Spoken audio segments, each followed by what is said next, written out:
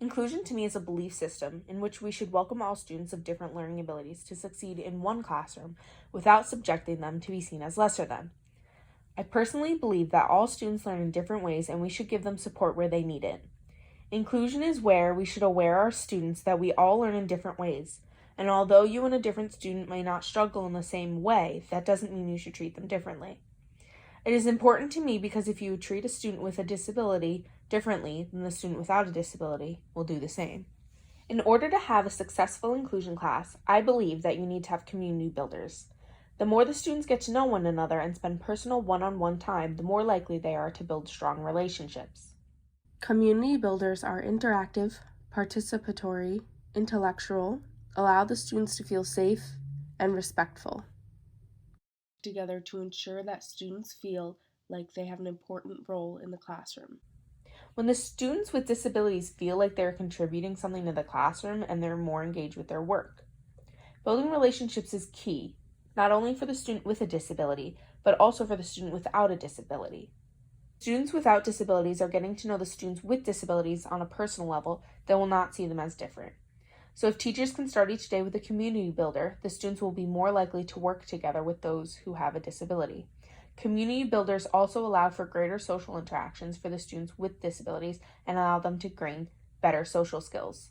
Allowing the students to have community builders relates to my theory of inclusion because it is not subjecting those with disabilities to be seen as lesser than, rather than seen as the same.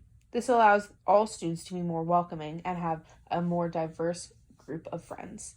Another key tenet is learning from shared experiences. The more we include students with disabilities in our classroom, the more accustomed students without disabilities become.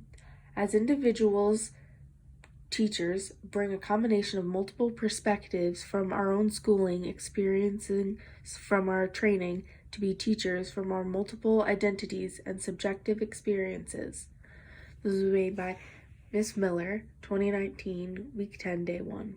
Our experience, perspectives define our ideologies, which impact how we teach and talk about in Week 3, Day 2 lecture. A good way to ensure that all students have personal experience is the use of natural proportions. This will mimic the real world, giving students an idea of what it's like to live in the real world. A good way to create shared experiences is through natural proportions. Natural proportions. 11% of the school-aged children have an identified disability, so 11% of students in each classroom should have an identified disability. This is by Ms. Miller, 2019. So if a natural proportion is a specific number, we should try to mimic that number in our classroom, or at least keep it as close as possible.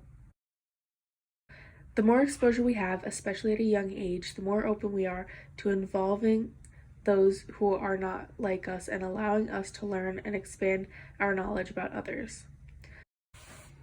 The last key concept I believe is important is language. Not only how you talk about the student with a disability, but also how you talk to and with the student.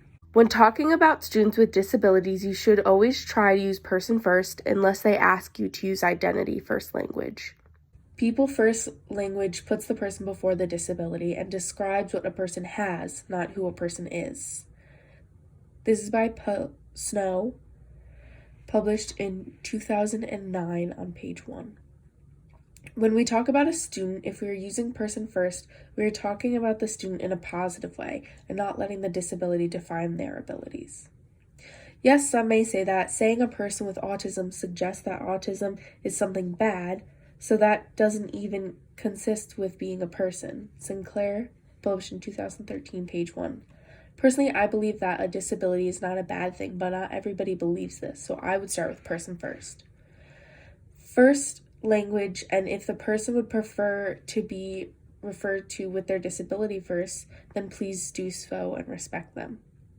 Since students learn by their teachers' actions, if we are talking to and with our students in a way that looks down upon them, the non-disabled students will do the same.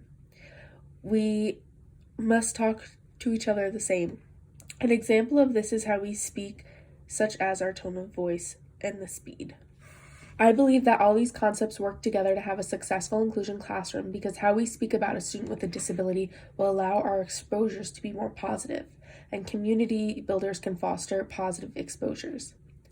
All three concepts allow schools to welcome all students of different learning abilities and succeed without subjecting them to be seen as lesser than, and having the opportunity to build positive relationships.